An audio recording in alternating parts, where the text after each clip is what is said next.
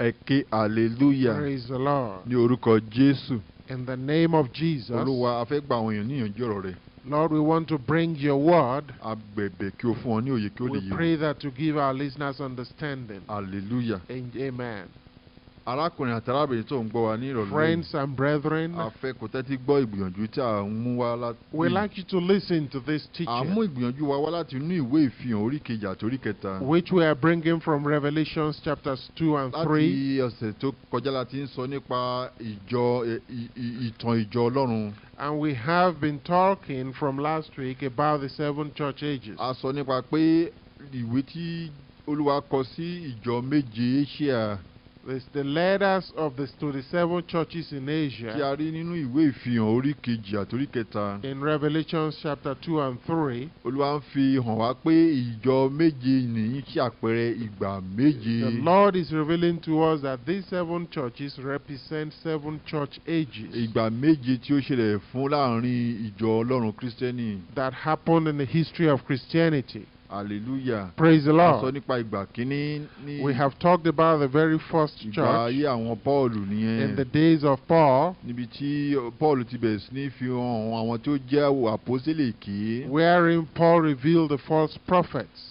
A sọ nípa ìgbà kejì. We talked about the second church. Tí a fi wé àwọn ìjọ ará Smyrna. Which was typified by the church of Smyrna. A sọ nípa ìgbà kẹta. The third church. Tí a fi wé àwọn ará Págámù. Typified by the church of Pergamos. Olúwa sì ń fún ìjọ kọ̀ọ̀kan wọ̀nyí àti ìgbà kọ̀ọ̀kan ní ìkìlọ̀. For each church, God gave them a warning. A sì ń sọ fún wọn ohun tí ó ń ṣẹlẹ̀ àti ohun tí ó máa ṣẹlẹ̀ láàrin wọn. And he told them what will happen among them.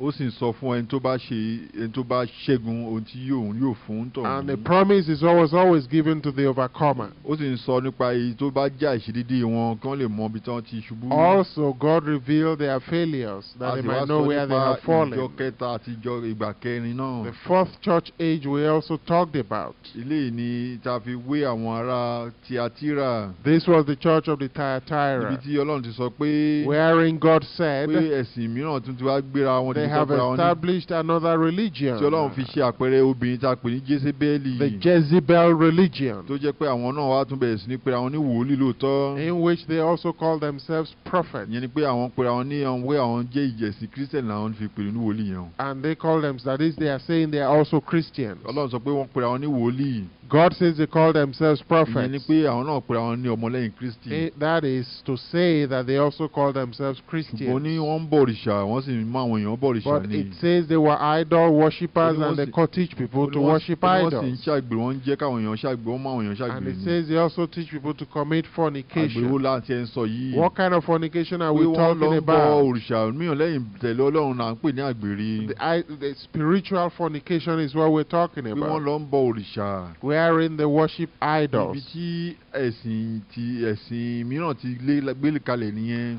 This is the establishment of another religion. Àkọ́kọ́ kọ́kọ́ bẹ̀rẹ̀ bí ẹ̀kọ́ òdì. Which started as a false doctrine. Nígbà tí ẹ̀kọ́ òdì wá fìdí múlẹ̀ tán. And when this false doctrine has become established. Ó wá sọra rẹ̀ di ìjọ tirẹ̀. It became a church of its own. Ó bẹ̀rẹ̀ bí ẹ̀kọ́ àwọn tó ń fẹ́ máa ṣojú rere sí àwọn òṣèlú, àwọn ìjọba. It started like the doctrine of Balaam, wherein they seek of the influence of political leaders. Lẹ́yìn yẹn ló wá tún bí di pé kí wọ́n fẹ́ nìkan ṣe aṣojú. Then they started to choose one leader for the whole church. Ẹ̀kọ́ òdì yẹn tó wá ń pè lápẹ̀lẹ̀ ẹ̀kọ́ Nicolaitani. Which is called the doctrine of the Nicolaitans. Wọ́n fẹ́ nìkan ṣe ọba láàrin ìjọ. Wherein they make one man the head of the church. Pé ohun tó bá sọ lábẹ́gẹ́ àwọn tó kù láti dákẹ́ ẹnu wọn. Who is the dictator to the church. Wọ́n wá gba ẹ̀mí mímọ́ Ọlọ́run láàyè láti sọ̀rọ̀ mọ́. Thereby disallowing the Holy Spirit to lead the people. Wọ́n gba ẹ̀mí Ọlọ́run láti sọ̀rọ̀ láti ẹnikẹ́ni mọ́. Or to speak from anybody else. Àfi olórí àti alára tó fi pè ní aṣojú ẹnìkan ló lè sọ̀rọ̀.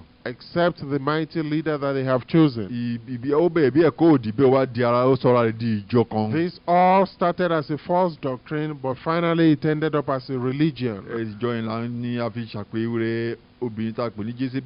Which is typified by Jezebel. ẹ̀kọ́ ìgbà karùn-ún nísìnyí. Now we are going to the 5th church Ní age. orí kẹta, ìfihàn orí kẹta. In Revelation chapter Eléyìí 3, ni ìgbà karùn-ún yìí la fi ṣe àpẹẹrẹ àwọn ará Sádì. which is typified by the church at Sardis. Ó ní àti sí áńgẹ́lì ìjọ ní Sádì kọ̀wé. And unto the angel of the church in Sardis Nǹkan wọ̀nyí write, jẹ́ ẹni tí ó ní ẹ̀mí méje Ọlọ́run. These things saith he that hath the Àti 7 spirits ìràwọ̀ of méje God, ní wípé and the 7 stars. èmi mọ iṣẹ́ rẹ. I know thy works, Àti pé ìwọ ní orúkọ pé ìwọ ń bẹ láàyè. that thou hast a Ó ní name, ṣùgbọ́n ìwọ kú. that thou livest and art dead.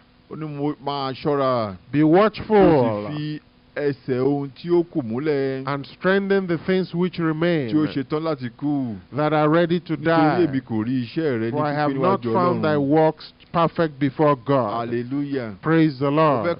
fẹ́ sọ ìtàn ohun tó ṣẹlẹ̀ ní ìgbà yìí o. Now I tell you what happens in this time. Kí bá jẹ́ sọ nípa obìnrin tá a pè ní Jésébélì yẹn As sẹ́. we have been talking about the Tá a sọ pé Jezebel, ó ṣàpẹẹrẹ ìjọ tó fara rẹ̀ sílẹ̀ ní ìlú Róòmù. which typifies the Roman religion, Tó yẹ pé nígbà tí àwọn olórí ìjọba Róòmù in which the political leaders of tó Rome sọ ìjọ Kírísítẹ́nì di ìjọ tí gbogbo ìlú láti dì mú. established Catholicism as the state religion. Ohun tó ṣẹlẹ̀ ni pé What happened is àwọn tí wọ́n tàpá sí ohun tí that anybody ọba ìlú sọ yẹn sẹ́. that was contrary, that does not allow with this proclamation, Ọba bẹ̀ sí nípa wọn. was persecuted by the emperors. Wá sì mú ọ̀pọ̀lọpọ̀ wọn, a sì sọ wọ́n sínú túbú. And many of them were jailed. Àwọn tí wọ́n kù And those that were left, wọ́n láti máa yọ̀rẹ̀ ṣe ẹ̀sìn wọn nínú they have igbó to ni. practice true Christianity in secret. Ṣùgbọ́n ìjọ wọ̀nyẹn, ìjọ Róòmù yẹn nìkan ló wá dàbí pé ó kù lórí ilẹ̀. And only this church of Rome remained. Ṣùgbọ́n Ọlọ́run kò fi iṣẹ́ rẹ̀ sílẹ̀ rárá. But God did not allow his work to fail. Ìgbà yẹn là ń pè ní ìgbà òkùnkùn. This was what's called in history the Dark Ages. Nítorí pé kò wá sí ẹni tó tiẹ̀ wá lè sọ tẹ́lẹ̀ kankan mọ́. Because there was really no prophet anymore. Nígbà tí wọ́n ti mú ẹ̀kọ́ òdì láti gbà tí wọ́n ti bẹ̀rẹ̀ ẹ̀kọ́ òdì yẹn. Because when all those false doctrines started, wọ́n ti sọ pé kò sẹ́ni tó gbọ́rọ̀ sọ̀rọ̀ mọ́. they have made a law that nobody else could speak the word of Àfi ẹni God tí àwọn yàn gẹ́gẹ́ bí except aṣojú them that nìkan. they have chosen as their leader. Gẹ́gẹ́ bí a ṣe sọ ní ọ̀pọ̀lọpọ̀ ìgbà sẹ́yìn. As we have said before, A sọ pé Jésù sọ pé òun kórìíra ẹ̀kọ́ táwọn pè ní ẹ̀kọ́ Nicolaitans this nìyẹn. doctrine of the Nicolaitans, the Bible, Jesus says he hates it.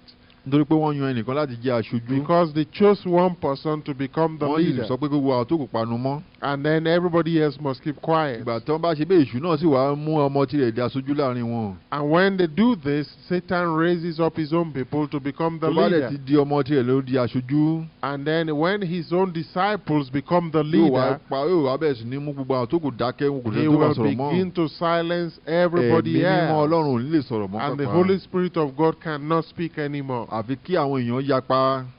Except they break away. Tí wọ́n bá lè yapa. If they cannot break away, Àfi kí àwọn ẹbí ìgbà tí ẹ̀sìn bá fẹ́ di òkú pátápátá nìyẹn. then the religion becomes dead completely. Nígbà yìí iṣẹ́. This Wípé time, àwọn tí wọ́n ti sọra wọn di ẹlẹ́sìn Jésébélì iṣẹ́. because as many as have believed the church of Àwọn ni wọ́n ní Jezebel, ọ̀pá àṣẹ lórí ìlú. they have political authority in the churches. Àwọn nìkan náà ni ó wá kù. And they were the only one controlling politics and religion. Jésù wá ń sọ pé ìjọ yẹn dàbí ìgbà tí wọ́n ti kú pátápátá ni. And that's why Jesus says at this time that it's like the church is dead completely. Jésù wá ń sọ fún àwọn tó sì ń fẹ́ máa gbàgbọ́ sẹ́. And Jesus exhorts them that still believe, Ó sọ àwọn náà pè ní àwọn ìjọ ará Sádì yìí. which is the church at Sardis, Pé èmi mọ iṣẹ́ rẹ. that I know your works, Àti pé ìwọ ní orúkọ pé ìwọ ń bẹ láàyè. and that you have a name that you live, Ṣùgbọ́n ìwọ ti kú. but you are dead. Máa ń ṣọ́ra. Be Tó watchful sì fi ẹsẹ̀ ohun tí ó kù múlẹ̀. and strengthen the things Tí ó which ṣetán remain, láti kú. that are ready to Nítorí die. èmi kò rí iṣẹ́ rẹ For I ní have pípé not níwájú found thy Ọlọ́run. works perfect before Ohun tó God. ṣẹlẹ̀ nígbà náà nìyẹn o. This is what was happening at that time. Kẹ́nìkan bá sọ pé òun sọ tẹ́lẹ̀ rárá. So if anybody was Wọ́n prophesying, máa ń pa wọ́n ni. they killed Wọ́n á them. sọ pé wọ́n á sọ pé ẹ̀mí èṣù ló ń sọ tẹ́lẹ̀ And lánàá wọn. they say it was the spirit of the devil speaking within them. Gbogbo àwọn ibi tí wọ́n ti bẹ̀rẹ̀ sí ní àwọn tó ń pè ní àwọn ẹni mímọ́ nìyẹn. This is where the establishment of saints Ìgbà tí started wọ́n bá pa wọ́n from. tán. After killing Ọ̀pọ̀ wọn them, ni Ọlọ́run máa ń máa ń ṣe lógo. Many of them glorify. Àwọn tó bá jẹ́ pé ọmọlẹ́yìn Kristi ni wọ́n later lóòótọ́. glorified if we are true Christians. A rí ìtàn ẹlòmíràn tó gbé ìgbà tó ń pa tán. We have stories of others even after they healed tún kọrin Kristi sẹ́. that they kept on singing the songs of Jesus. Lẹ́yìn yẹn ni àwọn ará pápá àwọn ará Róòmù wá sọ pé òun láti jẹ́ pé èèyàn mímọ́ ni lóòótọ́. And the Roman Catholics begin to say perhaps he must be a holy person. Wọ́n tún wá bẹ̀rẹ̀ sí ní sọ di èèyàn tó ní máa bọ́. And they make them into saints which they worship later. Wọ́n tún bẹ̀rẹ̀ sí ní forí balẹ̀ fún tọ̀hún. And they began to they will start bowing down unto such people. Òòṣà wọn tún bẹ̀rẹ̀ ń gbilẹ̀ sí. Establishing more idolatry. Ṣùgbọ́n kí ni Ọlọ́run sọ fún àwọn ìgbà yìí sẹ́? But what did God say unto them at that time? Ó fún wọn ní àìṣedéédé wọn yẹn ní ẹsẹ̀ ìkejì àti ìkẹjọ. He talks about this their failures in chapter 3 verse 2 and 8. Ló sọ pé kó máa ṣọ́ra kán fi ohun tó kù múlẹ̀. Wherein he says they should establish that which remains. Kí ló kù tó tún fẹ́ kú yẹn pàpà? What is it that is ready to die? Àwọn ọ̀pọ̀lọpọ̀ sì ní orúkọ Jésù níbì kan. There are still some that have the true name of Jesus. Tí wọ́n mọ̀ pé ohun tó wọ́n ń ṣe yìí kò ṣe déédéé. Who know that what is being practiced in that time is wrong. Ṣùgbọ́n nítorí pé gbogbo àdúgbò ti kún fún ọ̀kẹ̀tànjẹ wọ̀nyẹn. But because the whole society has accepted the false doctrines and the practices, àwọn ti gbàgbé èyí tó jẹ́ òtítọ́. They are beginning to forget that which is the truth. Díẹ̀ tọ́lọ́run sọ pé kán mú ohun tó kù fún kán fi. And that's why Jesus says they should establish that which remains. Ní ẹsẹ̀ kẹta rẹ̀ sẹ́. In verse 3. Nítorí náà rántí bí ìwọ ti gbà. Remember therefore how thou hast received and heard. Kí o sì pa á mọ́. And hold fast. Kí o sì ronúpìwàdà. And repent. Ǹjẹ́ bí ìwọ kò bá ro ṣọ́ra. If therefore thou shalt not watch. Èmi yóò dé sí ọ bí olè. I will come on thee as a thief. Wọ́n kì yóò sì mọ wákàtí tí èmi yóò dé sí. And thou shalt not know what hour I will come upon thee. Ó ní ìwọ ní orúkọ díẹ̀ ní Sádì. Thou hast a few names even in Sardis. Tí kò fi aṣọ wọn rí which have not defiled their garments. Wọ́n sì máa bá mi rìn lé aṣọ funfun. And they shall walk with me in white. Nítorí wọ́n yẹ. For they are worthy. Ìgbé ìwọ̀n láàrin gbogbo àwọn tí a sọ pé wọ́n ti di kíkú pátápátá yẹn. That is among these people practicing dead religion. Ọlọ́run sì rí àwọn kan tó ń tì fẹ́. God still sees some people who are holding on. Wọ́n sì gbìyànjú láti máa ṣe ohun tí Ọlọ́run fẹ́. Who are still trying to do the will of God. Ọlọ́run sọ pé wọ́n sì ń gbìyànjú láti kí aṣọ wọn jẹ́ funfun. That they might hold their cloth white. Kí ni ìlérí tọ́lọ́run ṣe fún àwọn léyìn? And what did God promise these people? Ó ní ẹni tí ó bá ṣẹ́gun lẹ́sẹ̀ karùn-ún. He said, whosoever overcometh. Òun náà ni a ó fi aṣọ funfun wọ̀. Shall be clothed in white raiment. Èmi kì yóò pa orúkọ rẹ̀ rẹ́ kúrò nínú ìwé yìí. And I will not blot out his name out of the book of life. Èmi yóò jẹ́wọ́ orúkọ rẹ̀ níwájú bàbá mi. But I will confess his name before my Father. Ẹni tí ó bá lé etí kí ó gbọ́. And before his angels. He that hath an ear, let him hear. Gbọ́ ohun tí èmi ń sọ fún àwọn. What the Spirit saith unto the churches. Praise the Lord. Ilé yìí fi hàn wá pé. This shows us. Ìgbà yìí. That this time. Ohun ti fẹ́ di kúkú pátápátá. Everything was dying. Bọ́lá sọ pé. But God says. Àwọn tó orúkọ wọn bá wà ní ìwé yìí tẹ́lẹ̀. That anybody whose name is in the book of life. Wọ́n bá lè ṣẹ́gun. And he overcomes. Wọ́n bá lè dúró dídé òpin. Stay standing unto the end. Òun kì yóò pa orúkọ wọn rẹ́. His name shall not be blotted out of the book. Ṣùgbọ́n ọ̀pọ̀lọpọ̀ tí wọ́n ti jẹ́ kí Jezebel yẹn tàn wọ́n jẹ. But all those who has been deceived by Jezebel. Mo fẹ́ kó mọ̀ pé. I want you to know. Tí wọ́n bá gba ẹ̀tànjẹ náà that if they take this religious tí wọn ò ṣẹ́gun. deception and they do not overcome. Wọ́n tẹ̀lé ẹ̀sìn asán wọ̀nyẹn. And they follow this false religion. Táwọn náà lọ borí ń balẹ̀ fún Paul àti Pétérù yẹn. Bowing down for what they call Paul and Peter. Táwọn náà lọ borí ń balẹ̀ fún ère Màríà yẹn. Bowing down for the images of Mary. Mo fẹ́ kó mọ̀ pé. I want you to know. Jésù sọ fún ọ pé. That Jesus says. Òun yóò pa orúkọ wọn rẹ́ kúrò ní ìwé ìyè. That he will blot out their names from the book of life. Nítorí pé wọn ò lè ṣẹ́gun. Because they have not overcome. Hallelujah. Praise God. Àtúntò ní ìjọ tó tún tẹ̀lé. In the church that was following. Ní ìgbà kẹfà nìyẹn o. This is the 6th church age. Ní ẹsẹ̀ ìkeje. In verse 7. Orí kẹta. Of chapter 3. Ó ní àti sí áńgẹ́lì ìjọ ti Philadelphia kọ̀wé. It says unto the angel of the church of Philadelphia. Nǹkan wọ̀nyí ẹni tí ó jẹ́ mímọ́ wí. Right. This thing saith he that is holy. Ẹni tí í ṣe olóòótọ́. He that is true. Ẹni tí ó ní kọ́kọ́rọ́ Dáfídì. This thing saith he that has the key of David. Ẹni tí ó ṣí tí kò sí ẹni tí yóò tì. He that openeth and no man shutteth. Ẹni tí ó sì tì tí kò sí ẹni tí ó lè ṣí. And shutteth and no man openeth. Ó ní mi mọ iṣẹ́ rẹ̀. I know thy works. Kíyèsí mo gbé ilẹ̀kùn tí ó ṣí kalẹ̀ níwájú rẹ̀. Behold, I have set before thee an open door. Tí kò sí ẹni tí ó lè tì. And no man can shut it. Pé ìwọ lé agbára díẹ̀. For thou hast a little strength. Ìwọ sì pa ọ̀rọ̀ mi mọ́. And hast kept my word. Kò sì ṣẹ́ṣẹ́ and hast not orúkọ mi. denied my name. Hallelujah. Praise God. Mo fẹ́ kó mọ ká sọ nípa ìgbà yìí sẹ́. I like to talk to you about the 6th church age. Eléyìí tá à ń pè ní ìgbà kẹfà yìí. this sixth church lẹ́yìn age, ìgbà tí ìjọ Jésébẹ́lì yìí ti wá gbilẹ̀ gidigidi. after the establishment of this Jezebel mo religion, fẹ́ kó mọ̀ pé ìgbà yẹn ni àwọn tá à ń pè ní Protestant wá bẹ̀rẹ̀ sí ní yọ kúrò láàrin wọn. then the people started breaking away and they were called Protestants. nígbà yẹn ni àwọn tó ń mọ òtítọ́ yìí. These people who know the truth, ọ̀gbẹ́ni kan tí à ń pè ní àlùfáà láàrin àwọn tó ti jẹ́ ìjọ Jésébẹ́lì yìí ló kọ́kọ́ yapa. there was one priest among the people of the Jezebel religion tó was à the ń first to pè break ní away, Martin Luther. and this was Martin Luther. nígbà tó bẹ̀rẹ̀ sí Ọlọ́run bẹ̀rẹ̀ sí ní fi hàn pé ohun tí ẹ̀ ń ṣe yìí tẹ̀ ń forí balẹ̀ God fáwọn showed ère to him very yìí clearly that bowing down for these pé idols asán ni. was vain, ó sì bẹ̀rẹ̀ sí ní ka Bíbélì ti and kálára he began rẹ̀. to read the Bible Ọlọ́run sì himself, bẹ̀rẹ̀ sí ní fi hàn pé and God began to reveal to him olódodo yóò là nípa ìgbàgbọ́ ni. that the righteous shall be saved by faith. òun náà sì bẹ̀rẹ̀ sí ní wàásù And he òtítọ́. began to preach the true word of God. pàtó bẹ̀rẹ̀ sí ní wàásù òtítọ́ sẹ́. And when he began to preach the true word ìjọ of Róòmù God, sì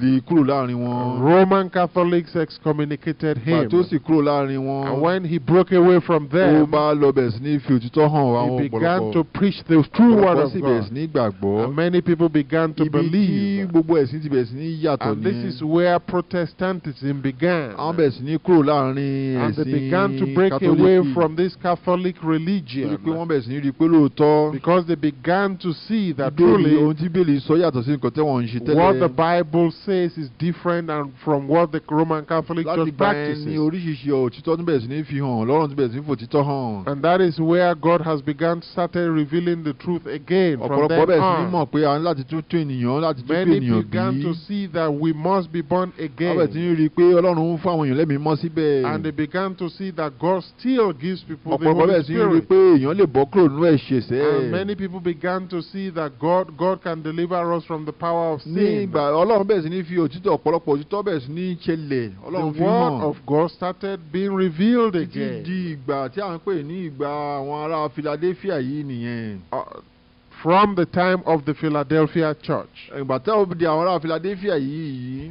When this church of the Philadelphia, ní ìgbà tí wọ́n ṣe. in their àwọn náà time, bẹ̀rẹ̀ sí ní mọ̀ pé ó yẹ ká tiẹ̀ máa wàásù fún àwọn ọ̀pọ̀lọpọ̀ mìíràn. they began to know that they should start àwọn náà preaching the word bẹ̀rẹ̀ of sí ní di God. ajíhìnrere. And they became ibi evangelists, tí wọ́n bẹ̀rẹ̀ sí ní mú ìhìnrere Kristi wá fún gbogbo ọ̀pọ̀lọpọ̀ nìyẹn. spreading the word of God all over the Jésù world. gbanilà kúrò nínú That ẹ̀ṣẹ̀ Jesus sẹ́. saves from pé Jésù sin. ìta sọ tẹ́lẹ̀ yìí That sẹ́. this Jesus that we're òun talking ní ọ̀nà about kan ju tó dé is ìjọba the Ọlọ́run. only way to the kingdom of God. ohun tí Jésù sọ pé òun rí i pé wọ́n mú ní agbára kan nìyẹn. And that is what Jesus was talking about. ní ilé ìtànkà ní ẹsẹ̀ ìkẹjọ rẹ̀. In verse 8 of chapter pé 3, èmi mọ iṣẹ́ rẹ̀. I know thy works. kíyèsí mo gbé ilẹ̀kùn tí ó ṣí kalẹ̀ níwájú rẹ̀. Behold, I set before thee an open tí kò door, sẹ́ni tí ó lè tì í. and no man can shut it. pé ìwọ lé agbára díẹ̀. For thou hast a ìwọ little sì pa strength, ọ̀rọ̀ mi and mọ́. hast kept my ìwọ word, kò sì sẹ́ and hast orúkọ not mi. denied my name. hallelujah. Praise the Lord. àníṣe ní ìrètí tá a tún wàásù fún ẹ̀yin sẹ́. This gospel that we are orúkọ preaching to Jésù tí a you, pamọ́ ìlànà sọ this fún ẹ. name of Jesus is what we are tó bá lè telling mú you. orúkọ Jésù tó That di if mú. you can hold on to the tó bá name bẹ̀rẹ̀ of sí ní bá orúkọ Jesus Jésù yìí rìn. and walk with orúkọ Jesus, Jésù yìí ń gbanilà. the name of Jesus will orúkọ save Jésù you. yìí ń wo onísàn. He heals you. orúkọ Jésù ló máa mú ilé ìjọba The Ọlọ́run. name of Jesus will take you to the orúkọ kingdom tí of gbogbo God. ikú ń wólẹ̀ fún láyé àti It is lọ́run the ni. name to which every knee must bow in heaven and on earth. hallelujah. Praise kí God. ni ìlérí tọ́lọ́run ṣe fún ìgbà What is the kẹfà promise yìí? of God to the sixth church age? a rí kà nínú ní ẹsẹ̀ ìkẹwàá rẹ̀. It is found in verse 10. jákọ́ sọ ìyìn tí Ọlọ́run yìn àwọn ìjọ yìí. Here is God's praise for this ilé church. ní ìjọ tí a ń sọ pé wọ́n bẹ̀rẹ̀ sí ní ṣe ìrere káàkiri This gbogbo ayé church o. that started establishing and witnessing the word of ní ẹsẹ̀ God. ìkẹjọ tí àti In kẹsàn-án. verses 8 and 9, ní ẹsẹ̀ ìkẹsàn-án ní kíyèsí. it says, Behold, in verse èmi 9, yóò mú àwọn tí wọ́n ti jẹ́ ti synagogue I will Sátánì make yẹn. them of the synagogue of àwọn tí wọ́n wí Satan, pé Júù lé which àwọn. say they are Jews tí and wọ́n are kì í not, sì ṣe bẹ́ẹ̀ ṣùgbọ́n tí wọ́n ń ṣèké. but do lie. kíyèsí èmi yóò mú wọn kí wọ́n wá wólẹ̀ níwájú ẹsẹ̀ Behold, I will make them to come and worship before kí thy wọ́n sì feet, mọ̀ pé èmi ti fẹ́ ọ. and to know that I have loved ìyẹn thee. ni gbogbo àwọn tó jẹ́ ẹ̀sìn asán wọ̀nyẹn sẹ́. That is all these people who are following false Ọlọ́run yóò bẹ̀rẹ̀ sí ní religions. mú kí wọ́n rí òtítọ́ pé God will begin to show them pé the àwa tí truth. à ń jí ìrere yìí sẹ́ òtítọ́ That those ni. of us preaching the true word of God are telling the pé truth. àwọn ajíhìnrere wọn ní agbára láti máa múni lára dá lóòótọ́. The missionaries have true power to heal the díẹ̀ sick. tí Jésù bẹ̀rẹ̀ sí ní mú agbára ìmúniláradá wá sí àárín àwọn ọmọlẹ́yìn rẹ̀ And nìyẹn. that is why Jesus begins to bring Jésù the healing power unto Christians. agbára tó fún àwọn apostles ní àkọ́kọ́ tún bẹ̀rẹ̀ sí ní mú padà. The power given unto the apostles in the beginning is returning to Christians now. Nígbà tí ó sọ fún àwọn apostles nígbà náà sẹ́. Because he told the apostles at that time. He said, "Go ye and open the eyes of the blind. Make the lame to walk. And heal the sick. And raise the dead. And preach the gospel of Jesus."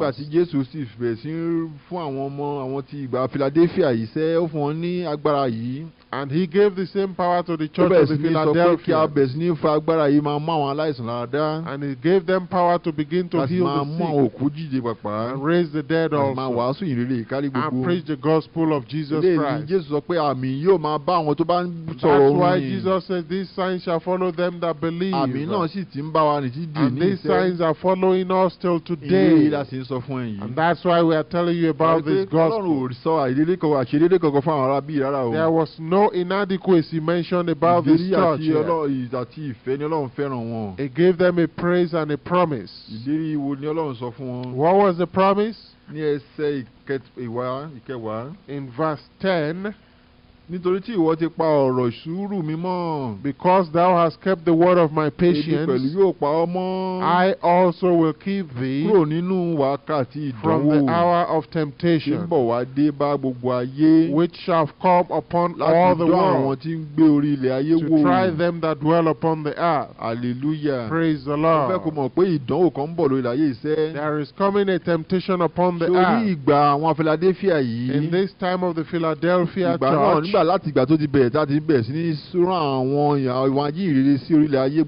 this was the beginning of missionaries unto the rest of the world.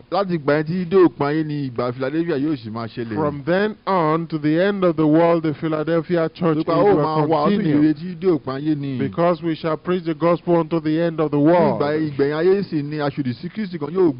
At the end of this world will rise the Antichrist. And that is the time of temptation that is being spoken about here, wherein Jesus says that he will protect the true Christians who are truly following the word of God and obey the testimony of Jesus. The Lord Jesus says he will protect them at that time. Hallelujah. Praise the Lord. What is this promise unto the Philadelphia church in verse 12? Him that overcometh will I make a pillar in the temple of my God, and he shall go no more out. And I will write upon him the name of my God and the name of the city of my God, which is New Jerusalem. Hallelujah. Hey, praise the Lord. That is why we say we are certain that this heavenly Jerusalem belongs to us, who truly follow Jesus. If you accept the truth that we are telling you now and begin to learn the true word of God from evangelists, it says, "Ye shall know the truth, and the truth shall make you free." This promise given by Jesus, we are certain for those of us who are alive at this time. This period that has started from the Philadelphia church age unto this end of the world, it says, "They that overcome shall be made pillars in the temple of God, in the heavenly Jerusalem,"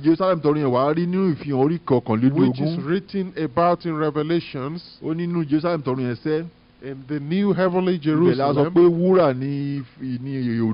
that is made of gold, golden walls. Hallelujah. Praise the Lord. And it says there shall be no sinners there. The thieves and liars shall be outside, and the dogs will be outside. There shall be nothing there that makes people sin. But they that are truly following Jesus shall be made pillars in New Jerusalem. Hallelujah. Praise the Lord. Now let's go to the seventh church age. In verse 14, and it says, "To the angel of the church of Laodicea write, this is What is said by the Amen. The faithful and true witness. The beginning of the creation of God. I know thy works. That thou art neither cold nor hot. I would thou wert cold or hot. So then, because thou art lukewarm and neither cold nor hot, I will spew thee out of my mouth, because thou from my mouth. Hallelujah. Praise the Lord. This is talking about the end of the world, wherein many who call themselves Christians, who calls themselves Christians at the end of the world, who are also born again, are getting lukewarm. They are beginning to seek influence with politicians, and many cannot fully profess Jesus anymore. They have become lukewarm because their lamp is beginning to get burnt out. The oil of the Holy Spirit given unto Christians is draining out. And the Bible says that you should stir this Holy Spirit and let the Holy Spirit within you be hot. Don't let it be lukewarm, because Jesus gave us a parable in Matthew chapter 25. Talks about the 10 virgins who are waiting for the husband. That 5 of them were wise and 5 were foolish. The foolish did not have any oil. They had a lamp, but they had no oil. And the oil was finished because the husband waited for some time. Because those that were wise, they had oil in their lamps, and they had extra oil. But when the husbandman came, he said, them that had the oil make their lamp to work further. But they that had no oil, the lamp has died at that time. That's why they began to buy oil, to run to buy oil. They ran to purchase oil, and the husbandman came. This typifies how people are getting lukewarm today. They claim to accept Jesus before, and they are born again, and they say they sin no more. For some years they practice Christianity, but when Jesus tarries, they also begin practicing the things that they were not practicing before. And many of them, if you see some women who claim to have accepted Christ, after accepting Christ, are using all kinds of cosmetics, they stop doing those. But after some time, they become lukewarm, and they begin to use these cosmetics again. They begin to use all kinds of cosmetics, wear all kinds of high-heeled shoes, and they will start looking for biblical passages to establish themselves, saying that Jesus didn't say we shouldn't be fashionable. But I'd like you to know that this is lukewarmness, and if they are not careful, they will end up in hell. And this is what Jesus says about the end of time, that before Jesus comes, those that are waiting for Jesus will meet with him in the air, and those that are remaining, they shall go through the tribulation. ti lọ. Because the hot Jesus has come. Yóò wá máa dúró pẹ̀lú aṣòdì Kristi. And they will be around to witness the Antichrist. Nígbà tí aṣòdì Kristi bá bẹ̀rẹ̀ sí ní gbógun ti àwọn tó ń jẹ́ Kristi. And when the Antichrist begins to persecute Christians, ọ̀pọ̀lọpọ̀ ni wọn yóò gbé lórí. many of them shall be killed. ọ̀pọ̀lọpọ̀ ni wọn ò rí òró oúnjẹ yẹn lẹ́yìn jẹ́ pé wọ́n gba àmì aṣòdì Kristi yẹn. Without accepting the mark of the Antichrist, they will not be able to eat. Read this in the book of Revelation chapter 13. Jesus says you should be careful now. Don't be lukewarm. The time is coming when Jesus shall come. And we shall talk more about this next week. But I want you to know that you should know what you are doing. What is the promise of God unto these people? That you might know that their promise is greatness at this end of time.